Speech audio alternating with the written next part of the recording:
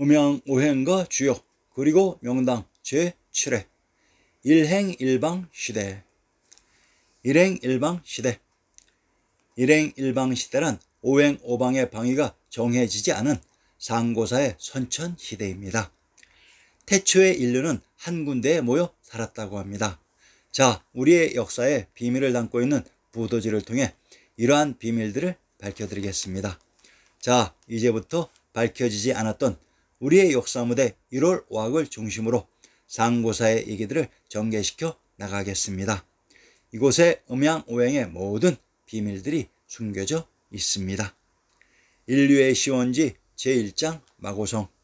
자, 지금부터는 부도지의 내용을 인용하고 그 내용들을 지도와 함께 해설하는 방식으로 진행하겠습니다. 부도지 제1장. 마고성은 지상에서 가장 높은 성이다. 천부를 봉수하여 선천을 계승하였다. 성 중에 사방에 4명의 천인이 있어 관을 쌓아놓고 음을 만드니 첫째는 황궁시요, 둘째는 백소시요, 셋째는 천궁시요, 넷째는 흑소시였다. 아리아넥스는 부도지의 흑소를 적소로 바뀌어야 한다고 했습니다. 자, 지금부터는 정신 바짝 차리셔야 합니다. 음양오행설의 음양가 오행, 오방의 주인공, 그리고 그 오방의 나라가 누구였고, 그리고 그 오방의 황제인 오제의 정체와 왜 오방의 색깔이 황적, 흑백, 청이 되는지 그 이유들을 모두 설명드릴 것입니다. 그냥 다른 유튜브와 마찬가지로 개념에 대한 입증과 정확한 설명 없이 두리뭉실 넘어가면 그것은 아리아넥스의 역사복원 시리즈가 아닌 것입니다.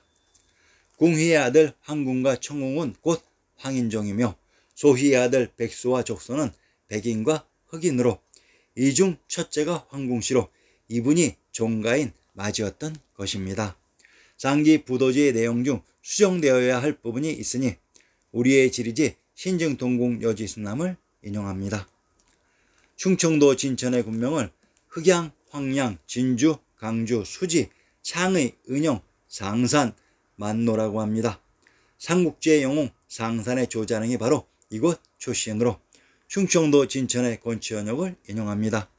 신라 때 흑양군, 흑은 혹, 황이라고 한다라고 했습니다.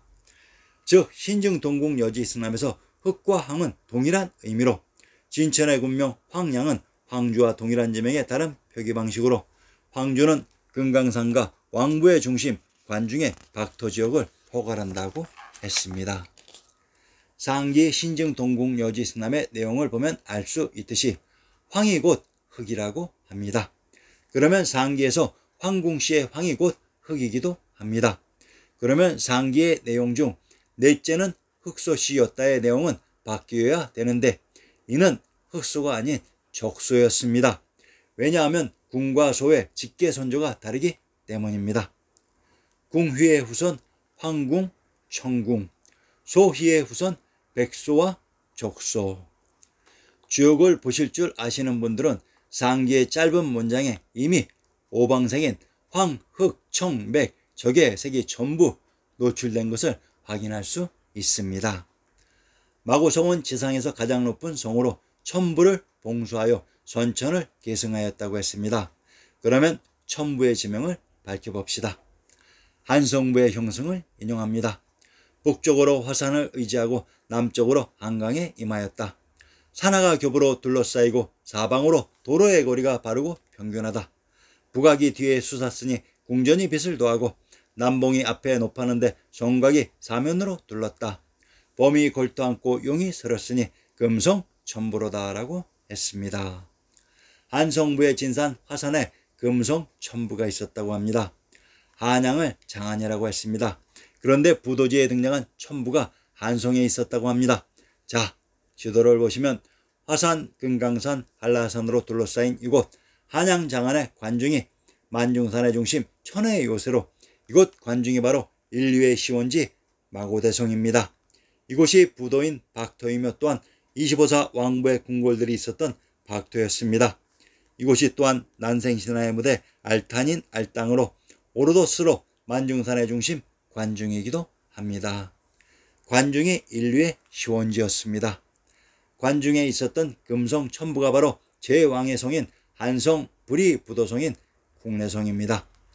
관중의 한양인 장안을 지칭하는 고유 언어가 천문만호입니다. 만중산의 접경지역인 이 관중에 수많은 관문이 있었고 이곳 관중에 만호가 있었다고 합니다. 관중 안을 살펴보면 넓은 평지의 지역들이 있으며 그곳의 지어국들이 조그맣게 형성되어 있었습니다. 참고로 낙양은 10만호라고 했습니다. 관중의 한양 장안보다 10배가 더 큰 규모였습니다. 이곳 관중 중심에 금성 천부가 있었다고 합니다. 상기에서 인류를 궁과 소로 나눈 이유는 직계의 선조가 다르기 때문입니다. 상기에서 첫째인 황궁씨가 인류의 종가인 마지입니다. 전 세계에서 종가의 시스템이 있는 나라는 한민족이 유일합니다. 즉 전세계 종가가 바로 코리안들이었습니다.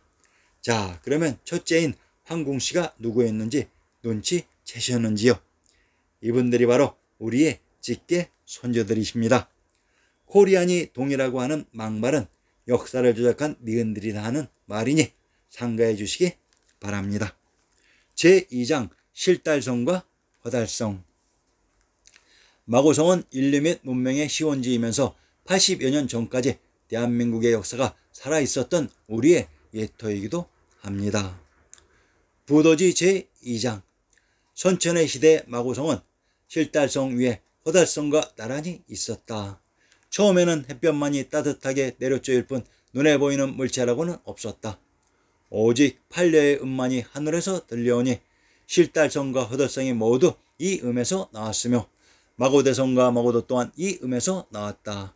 이것이 짐세이다. 부도지에 나오는 마고대성과 실달성, 허달성의 존재를 신정동국 여지승남을 통해 밝혀봅시다.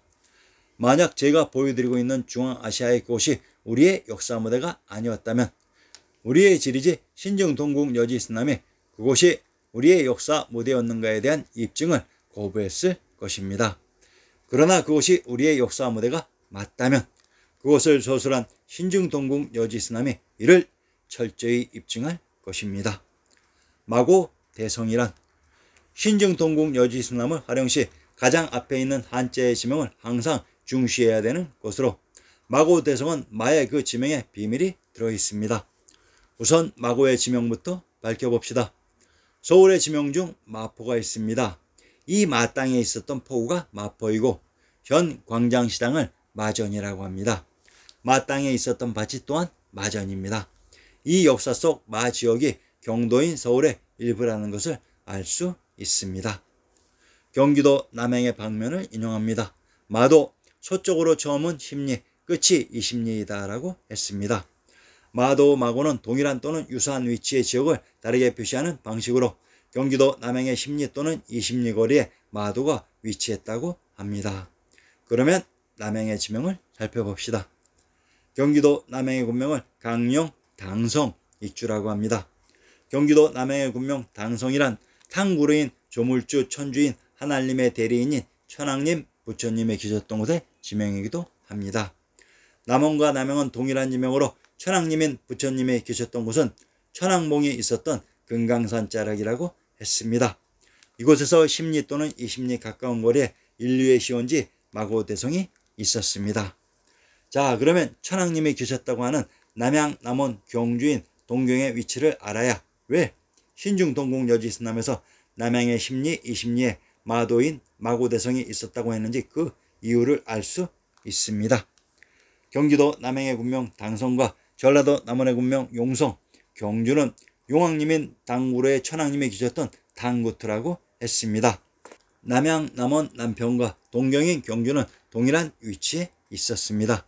이곳에 가까운 곳에 인류의 시원지 마고대성이 있었다고 합니다. 경주인 남양의 근처가 바로 인류의 시원지 관중입니다.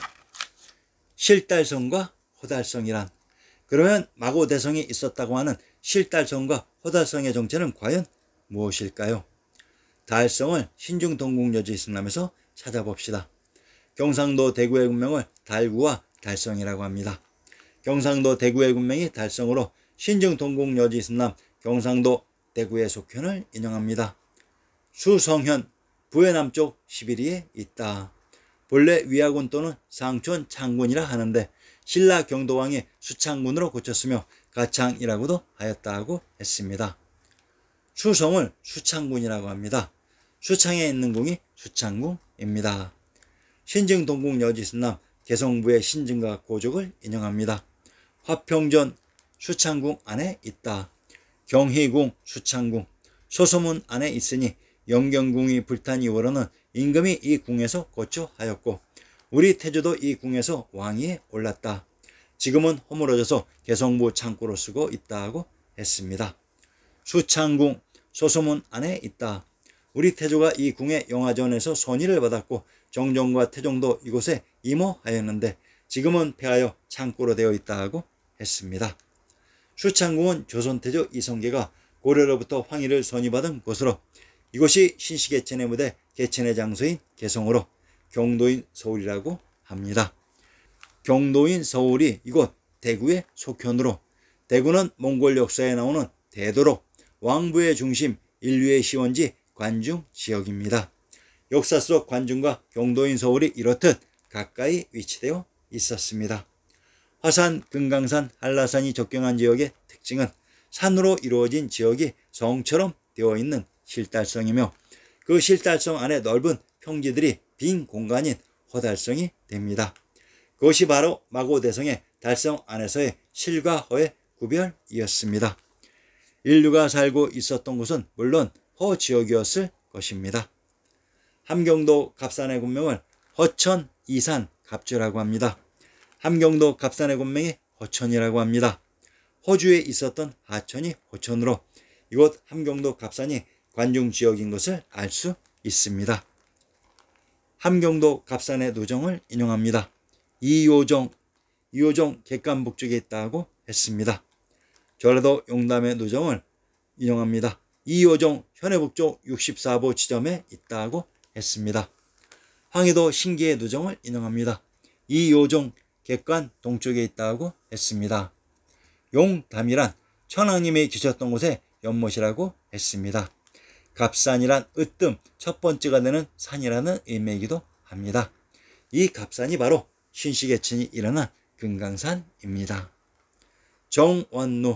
정원루가 갑산에 있었다고 합니다.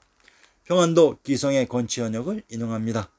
본래 고려의 만영군이었는데 성종 13년에 평장사 서야에게 명하여 여진을 공격하여 쫓고 정을 쌓아서 귀지라고 불렀고 고종 18년에 높여서 정원 대도읍으로 하고 종주목으로 고쳤다가 뒤에 주치를 마산의 남쪽으로 옮겼다고 했습니다. 신시개천 하우인 김수로왕의 무대 구주의 기성을 정원이라고 합니다. 관중지역의 평지 박토가 됩니다. 관중 안의 넓은 평지 지역이 거북이 등딱지처럼 생겼다 해서 그것을 귀지라고 했습니다. 왕부의 궁궐들이 있었던 곳으로 그곳에 허달성의 허주가 있었습니다. 어제 공주의 갑사에 다녀왔습니다. 갑은 갑 지역의 산이라는 의미입니다. 이곳 마고대성에 8여가 있었다고 합니다. 이곳 마고대성에 여씨가 탄생한 여 지역이 또한 있었습니다. 참으로 신기하지요.